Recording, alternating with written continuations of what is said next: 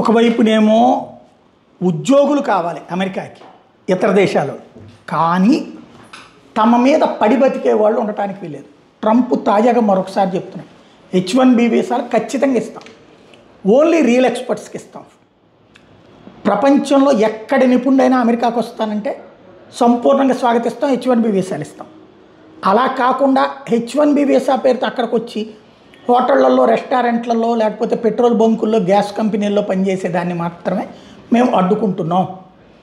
H1B visa పేరుతో వచ్చి అక్కడ ఆ కంపెనీలో ఒక ఏడాది ఉద్యోగం చేసి దానికి ఆ కంపెనీలతో టైఅప్ అయిపోయి వాళ్ళకి డబ్బులు ఇచ్చుకుని, లేకపోతే వాళ్ళ దగ్గర డబ్బులు తీసుకోకుండాను చేసి ఎదురు డబ్బులు ఇచ్చి అక్కడికి చేరిపోయి ఆ తర్వాత వేరే వేరే పనులు చేసుకుంటున్నారు. కాబట్టినే ఇదంతా చర్యలు అన్నటువంటి పాయింట్ చెప్పుకొస్తున్నారు.